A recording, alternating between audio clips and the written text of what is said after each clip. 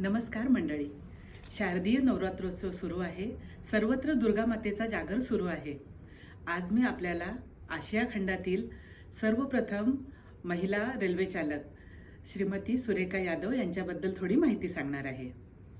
2 September 1965 मध्ये महाराष्ट्रातील सातारा जिल्ह्यामध्ये सुरेखा यादव यांचा जन्म झाला. 1988 मध्ये त्या मध्य रेल्वेमध्ये रुजू झाल्या. त्यावेळी त्यांना जाणवलं की भारतातील त्या रेल्वे चालवणाऱ्या पहिली महिला असणार आहेत.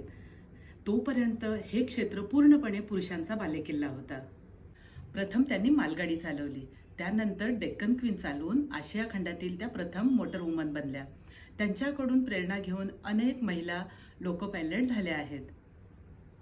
2021 मध्ये आंतरराष्ट्रीय वुमन्स डे साजरा करण्यासाठी संपूर्ण महिला पथकासह मुंबई ते लखनौ अशी विशेष ट्रेन त्यांनी चालवली.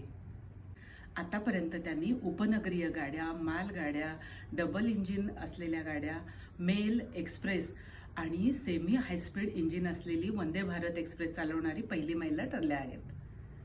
त्यांच्या या उल्लेखनीय कामाबद्दल माननीय पंतप्रधान यांनी त्यांच्या मन की बात या कार्यक्रमामध्ये त्यांचा विशेष उल्लेख करून त्यांच्या कार्याचा गौरव केला आहे आणि त्यांचं कौतुक केलं आहे.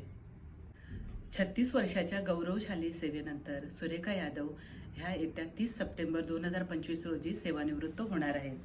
त्यांच्या भावी वाटचालीसाठी खूप खूप शुभेच्छा.